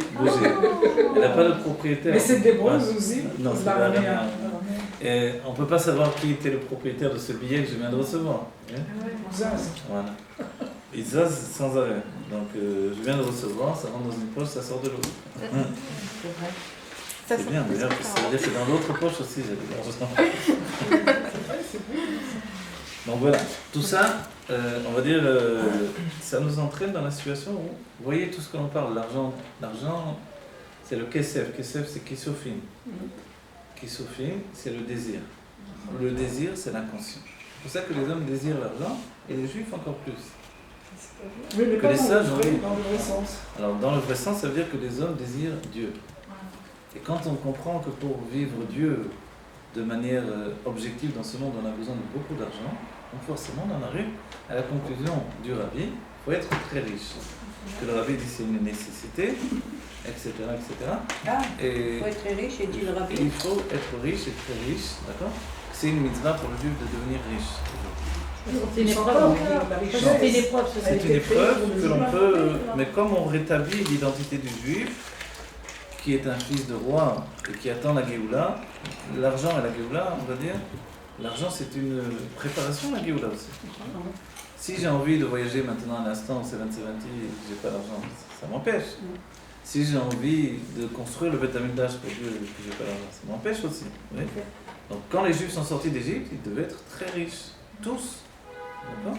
Et quand Moshe n'était pas riche à côté d'eux, parce qu'il ne courait pas après l'argent, et qu'il était occupé à autre chose que de ramasser l'argent, même dans le Bizat Hayam, quand les Égyptiens sont morts dans la traversée de la mer, et qu'il y avait plus de trésors dans la mer que ceux qu'il y avait en Égypte. Et aujourd'hui, on doit se dire que finalement, oui, si on allait chercher, je suis sûr que si on allait chercher finalement à Yam Souf, là-bas, on trouverait des trésors encore, puisqu'ils n'ont pas tout pris, les Juifs. Donc s'ils n'ont pas tout pris, ça a dû tomber finalement au fond de la mer, là-bas. Donc Mais il ça, doit y avoir des c'est trésors. avec la Géoula pour nous, ça, c'est pas pour... Oui, on parle des Juifs, là. Oui, je sais. Ouais, je sais. Je sais bien, mais en réalité, donc, quand même. alors, on devrait savoir qu'il y a tout et Ça, que... c'est une prophétie aussi. Vous voyez, comme la prophétie de Haïfa, Exactement. que dans la terre et dans la mer d'Israël, il y a des trésors et que finalement tout est là pour nous. Donc en réalité, tout est là pour nous. C'est à l'image de Rabbi Akiva qui avait pas un seau et qui s'est retrouvé au bord de la mer et Dieu a envoyé un coffre plein d'argent. Et Rabbi Akiva ramassait de la tzedaka tout le temps pour tous les Juifs. Et il empruntait. Il a dit une fois à Rabbi Tarfon, il lui a dit, est-ce que tu veux investir ton argent? Parce que sinon tu vas le perdre. Il dit, d'accord. Et dans quoi je l'investis? Il dit, fais-moi confiance. Ah, c'était des business. Il a pris l'argent de Rabbi Tarfon et il a tout donné à Zdaka. Après Rabbi Tarfon, il a dit, alors l'argent, il a fructifié, il s'est passé. Il a dit, mais oui, voilà. Il a rapporté des psukim en lui apportant que finalement, la vraie richesse c'était la Zdaka que l'on donnait, etc. Il a dit, voilà, tu as investi, maintenant tu es très riche. Il a dit, d'accord, Rabbi Akiva, je te... Mais il n'avait pas cette mida, Rabbi Akiva Lui-même, pourquoi il n'était pas riche? Il a Non, commencé... pourquoi lui ne pensait pas à la Zaka de la même manière que Rabbi Tarfon? Non, parce que d'accord, il n'avait pas un sou, Rabbi Akiva. Ah d'accord, à ce niveau-là, d'accord. Voilà, donc il est celui qui commence à apprendre la Torah dans la pauvreté, il continuera à étudier la Torah dans la richesse. Donc Donc, c'est en pas fait, mauvais d'aimer l'argent. Il ne faut pas aimer l'argent, il faut aimer Dieu. Ah oui. Et l'argent dévoile le fait que l'on aime Dieu. Bah oui, bien sûr. C'est un moyen. Comme on aime Dieu, on ne peut pas vivre comme un malheureux, on est des fils de roi. Mm. Vous comprenez?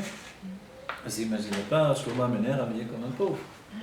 Donc, Shlomo Ameler est habillé avec de l'or, de l'argent, des diamants. C'est comme ça qu'un roi doit être habillé. Donc, un juif doit vivre comme ça. D'accord? Et c'est normal. On dit que toutes les filles, Rabbi Ishmael rapporte dans la Gemara, toutes les filles d'Israël sont belles, mais c'est la pauvreté qui les enlaidit.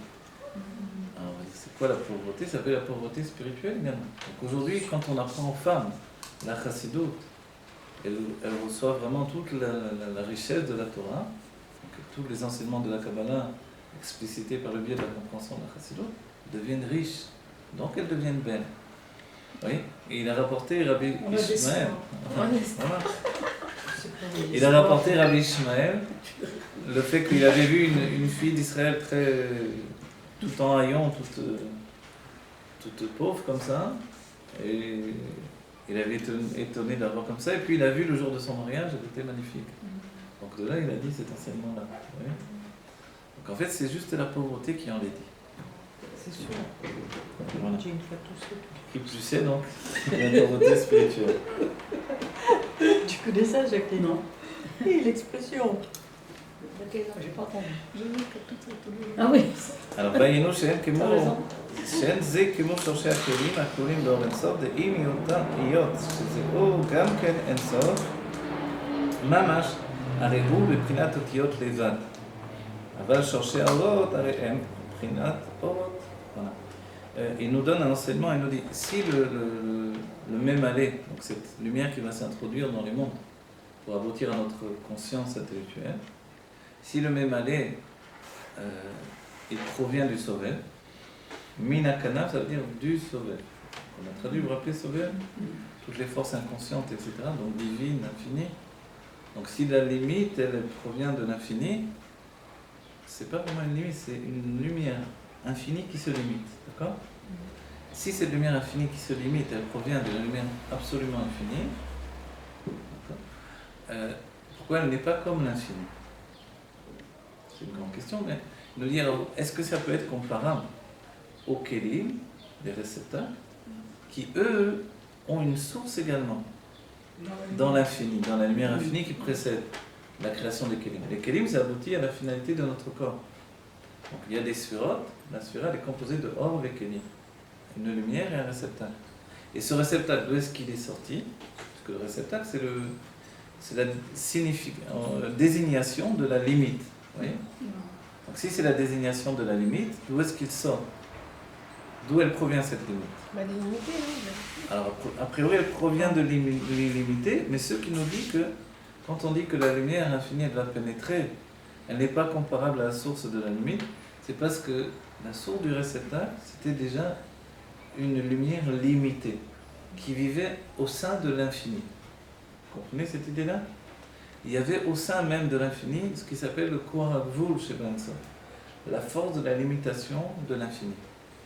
C'est-à-dire toute l'idée qui est merveilleuse et incroyable et terrible à la fois, c'est que la limite qui se trouve ici comme une réalité de notre existence, cette limite-là, elle existait déjà auparavant, mais elle n'avait pas de limite. Vous comprenez ce que je veux dire? Au sein même de la lumière infinie qui précédait l'existence, il y avait déjà enfoui une lumière cachée, une lumière qui elle était un potentiel de limite, de limite. Vous avez dit, Voilà. on peut penser par exemple à nos âmes et nos corps Oui, bien sûr. par rapport à ça. La source même du corps provient de ce qui s'appelle le Koach Agvul chez Benson. En hébreu c'est plus facile, donc dès que je traduis ça devient plus intellectuel. La force de la limite qui est dans l'infini. Vous comprenez cette idée-là? C'est-à-dire d'où va jaillir la limite? Si elle n'a pas de racine, elle n'a pas d'existence, elle n'a pas d'antécédent. Si on dit que Dieu est uniquement l'infini, comment il a fait pour inventer? Il fait tout ce qu'il veut, bien sûr, mais comment c'est le système? Tout l'enseignement, c'est que finalement, rien n'existe ici si ça n'a pas existé auparavant. Ce qu'on a dit, c'est un reflet. Donc la limite, d'où est-ce qu'elle jaillit? Donc on découvre que la limite, en fait, entre guillemets, elle n'a pas de limite, dans le sens où elle n'a pas commencé à exister par son dévoilement. Elle existait déjà auparavant dans l'infini.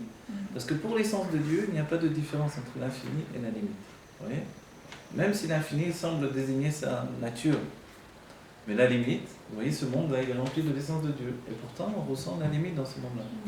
Parce que justement, c'est l'essence de Dieu qui impose la limite de ce monde-là. Vous voyez? Donc d'un certain point de vue, tout ce qui est bas, limité, est plus proche de l'infini. Plus proche de l'essence. Vous voyez comment on a fait aujourd'hui? Pourquoi il serait plus proche de l'essence?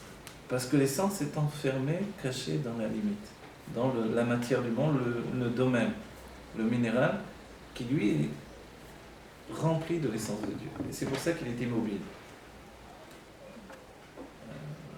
Vous voyez le pétrole, avec le pétrole on fait le plastique, avec lequel on fait toutes sortes de matériaux. Le caoutchouc, le plastique, etc., les pneus, tout ce que vous voulez, à partir de pétrole. Mais qu'est-ce que le pétrole lui-même? Le pétrole, ce sont des matières organiques qui ont été compressées, c'est l'enseignement gravé, par la matière elle-même. Vous voyez? Pas comme l'eau qui va jaillir de manière pure. Mais on voit que quand il sort le pétrole, il ne sort pas calme. Il sort comme un, voilà, je ne sais plus comment on appelle ça, une dérive de pétrole, c'est aussi de l'eau. Ça jaillit comme de l'eau en fait, avec une grande puissance. D'où vient cette puissance? C'est parce qu'il a été compressé. Et ces matières organiques ont été transformées par justement la pression. Vous voyez ce que ça veut dire matière organique? Ça veut dire matière vivante qui sont mortes dans la terre, entre guillemets. Et vous voyez qu'il n'y a pas de mort là aussi, on voit. C'est une transformation tout simplement. La mort n'existe pas en réalité même dans notre monde. Puisque la mort voudrait dire que tout ce qui a fait notre corps deviendrait inutile. Or non, c'est faux. Notre corps devient une matière vivante de nouveau. Oui, puisqu'il s'intègre à la terre et il devient la terre elle-même. Et la terre elle donne de pousser des arbres, des fleurs, entre guillemets. Non, je sais, mais pour vous dire que même à l'extrême, si on va dire regarde, c'est la mort. Non, cette mort-là n'existe pas dans le monde de la matière. Donc quand voilà, le corps va prendre conscience que de toute manière la mort n'existe pas du tout, et qu'il n'a pas besoin de devenir un arbre, une plante, une fleur, un rocher pour exister de nouveau, en fait il va essentialiser son existence. Et dans ce cas-là, il va découvrir qu'il est autonome. Il va même éjecter l'âme du dedans de lui pour s'apercevoir qu'il est totalement autonome, qu'il n'a aucun besoin de l'âme pour être vivant. Et qu'au contraire, il est comme une bombe atomique. Comme ce pétrole qui provient de la compression de matière organique, il va jaillir de lui une force, une puissance inconnue jusqu'à présent. Oui. Ce qui fait qu'on va être illimité au niveau corporel, physique et organique. Vous comprenez? Voler avec un avion, on n'en aura pas besoin. On pourra voler avec notre corps. Donc quelqu'un qui est parti de ce monde, Il reviendra de manière... Ceci dit, dans la Géoula, dans Triatamétim, il y aura ceux qui se relèveront de terre. Mais après Triatamétim, les enfants qui viendront au monde viendront d'en haut directement, nous dit le Rabbi dans un an. Ils ne viendront pas de la terre. Ils ne vont pas se relever puisqu'ils ne seront pas morts. Non, mais la les vie, enfants, vous dites quoi? Les enfants de la Géoula, oui, on enfantera des enfants qui viendront d'en haut. Après Triatamétim, il y aura un changement total. On ne peut pas enfanter s'ils viennent d'en haut. D'accord, vous avez raison. Ça ne s'appellera pas enfanter, c'est comme quelque chose qui va être enfanté. Ils vont venir d'une porte de lumière. Oui. Tu vas avoir plein d'enfants. C'est-à-dire là, il n'y aura plus, une femme ne sera plus enceinte, quoi. Non.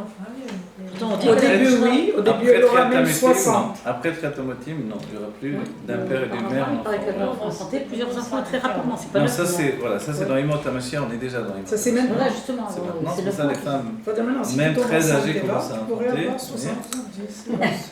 Voilà, dans les premiers jours, dans les commencements Oui, de très Imot âgées Hamashiach commencent à 2, enfanter. Géoula Amitid Vashleima, il y aura des enfants encore de manière humaine, on va dire. Mais après, le Rabbi écrit clairement que Vélo, ils n'enfanteront pas de AVM, d'un père et d'une mère.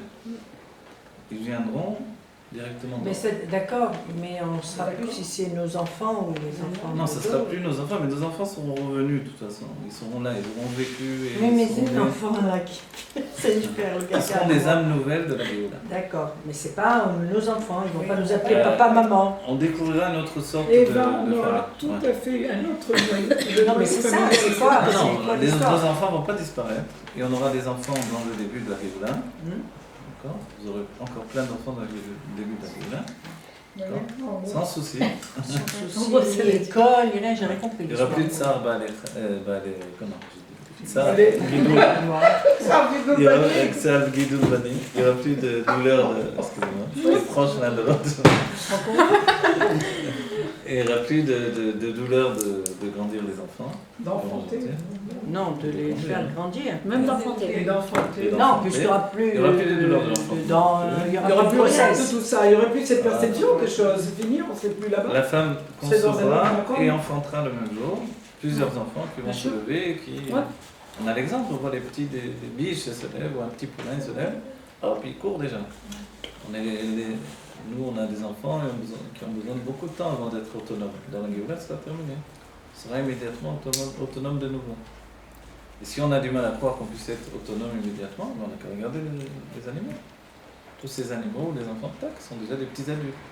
Notre enfant sera un petit adulte. Ce sera quand même notre enfant. Je sens que ça te fait peur. Ah, je sais pas que tu sens, c'est que c'est sûr même. Il sera, Non, il c'est sera perturbant. tramou, il sera pur, il sera... C'est perturbant quand même. Perturbant, c'est le mot père. C'est pas mère. Oui, d'accord. Imaginez la mère alors. Si ça perturbe le père. Alors, מבוא בכמה מקומות, בכל מקום שאינו דומה ייחוד הכלים לייחוד האורות. Voilà. Alors, je sais un peu. ויש לומר דכמו בעצמות מבחינת אור וכלי אומר בתיקוני זוהר יהיו וחיו ואחד, יהיו וגרמו אחד, שנאמר בית פעמים אחד. Puisque la source du réceptacle vient également de l'infini d'avant le Tzimtzum, donc forcément ce réceptacle-là, il s'unifie avec la lumière de Dieu, avec la présence de Dieu, avec l'expression divine dans le monde de l'Atzilut, comme la lumière elle-même. Oui, il y a la lumière divine, il y a le réceptacle, et il y a une autre lumière qui est Dieu lui-même, de certaine façon. Oui, comme nous, il y a notre âme, il y a notre corps, mais il y a Dieu en plus de ça. Alors que notre âme est déjà Dieu, et que notre corps en réalité aussi est Dieu. Tout est Dieu. Voilà. Alors on va dire, dans ce cas-là, on n'aura plus de dévoilement divin, puisqu'on aura le dévoilement de notre âme, le dévoilement de notre corps. Où sera le dévoilement divin? Il y aura le dévoilement de l'essence, qui lui est un ajout dans la perception au dévoilement de mon âme et au dévoilement de mon corps, qui eux-mêmes vont ressentir qu'ils sont liés à l'essence. Oui. Donc, à nouveau, en termes simples, notre personnalité va continuer d'exister, tout en étant en pleine conscience l'expression de la présence de Dieu. D'accord? Vous comprenez? Aujourd'hui, on n'arrive pas à le gérer, parce qu'on n'oublie pas, on va gérer à la fois la présence de tous les Juifs au sein de mon être. Je vais comprendre que je suis tous les autres, c'est moi aussi, puisque tout est Dieu, et que le monde autour de moi, c'est moi également, puisque tout est Dieu. Donc je pourrais faire des voyages infinis dans la conscience divine du monde. Vous comprenez? Donc, c'est-à-dire qu'on n'aura plus besoin de cinéma, de films, d'effets spéciaux, tout ça, c'est rien, c'est la pacotille. À côté de ce que l'on fera comme voyage visuel et nafshi, on va dire, au niveau de l'âme. Ce sera merveilleux, infini. Vous comprenez? Le programme. Et oui, voilà, il faut finir sans doute le cours. ויש לומר דכמו באצילות בבחינת אור וכלי אומר בתיקוני זוהר יהיו וחיו אחד ויהיו וגרמו אחד. Donc dans le Zohar, il est dit que Dieu s'unifie avec la lumière, avec le réceptacle, les deux, bien qu'il y ait une différence d'unification. L'un par le biais de la limite, l'autre par le biais de l'infini. ומבואר בכמה מקומות שאינו דומה ייחוד הכלים לייחוד האורות. לייחוד הכלים עם האורות הוא כמו שני דברים המתייחדים, אבל ייחוד האורות במאציל העליון הוא בבחינת ייחוד ודבקות ממש, עד שהאור הוא מעין המאור. La fusion de la lumière avec l'infini divin, alors c'est vraiment une fusion entière qui ne fait plus qu'un. Tandis que la fusion du réceptacle avec Dieu dans son expression divine qui provient de l'infini d'avant le Tzimtzum, avec le réceptacle, c'est quand même deux éléments qui s'unifient. Oui. Mais on le dit bien, on a précisé, c'est le réceptacle avant la Géoula. Dans la Géoula, notre corps qui provient du réceptacle, lui, il va atteindre un niveau supérieur à la lumière. Parce qu'il va dévoiler qu'il n'est pas juste l'infini de la lumière divine, il est l'essence de Dieu. Et comme le corps, a priori, ne se transforme pas, dans le sens où il ne veut pas se remettre en question, de cette manière-là, l'infini de l'essence ne peut pas se remettre en question. Vous comprenez? C'est être et non pas devenir. Vous voyez, comme bien dans la philosophie, la lumière est la projection du devenir, elle devient toujours, elle s'élève de niveau en niveau, mais le corps, il est, c'est tout. Et c'est étrange, même quand il grandit, il s'affirme. Je suis comme ça. Et les paroles qui jaillissent du corps, on les connaît, les gens disent, c'est pas à mon âge que je vais changer, c'est une parole qui jaillit du corps de Galout. Et c'est quoi alors la Géoula? Le corps de Géoula, il dit, à mon âge, je peux devenir tout ce que je veux. Même si on a 100 ans, vous voyez? Au contraire, vous comprenez, il n'y a pas de limite. Je peux faire tchouva à 20 ans, à 100 ans, à 120 ans, à 140 ans, à 160 ans. Aujourd'hui, on peut On plus a dire. besoin de faire tchouva une fois que la Alors la Géoula est là. tchouva, voilà, la tchouva comme un mouvement d'ascension vers Dieu. C'est pour ça qu'on a dit les tzadikim vont faire tchouva. Ah, Ils vont c'est se eux. remettre en question. Voilà. C'est vrai que c'est eux, c'est pas Donc, non pas une tchouva en quittant le mal, mais une tchouva en allant vers le bien. Voilà, je crois qu'on va arrêter là peut-être pour aujourd'hui. Dieu nous bénisse, qu'on ait la guérison et que c'est pour l'histoire pour la réfouachlema de Rivka Bat Miriam, de Aline, comment non Sarah. Sarah. Qu'est-ce que ça fait? Alors, il faut Golda Bat Simcha et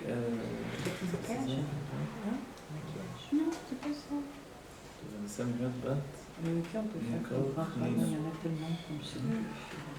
également. Voilà, et tous les juifs qui n'aient plus besoin de demander la réfouachlema et tous les juifs qui ont été frappés encore par ce. Tous ces blessés d'hier soir. Voilà, sanguinaires, que Des Dieu, morts, toutes les familles qui des morts, déçus, des morts, mal, que de morts. Non, mais ils ont bien précisé que parmi les blessés,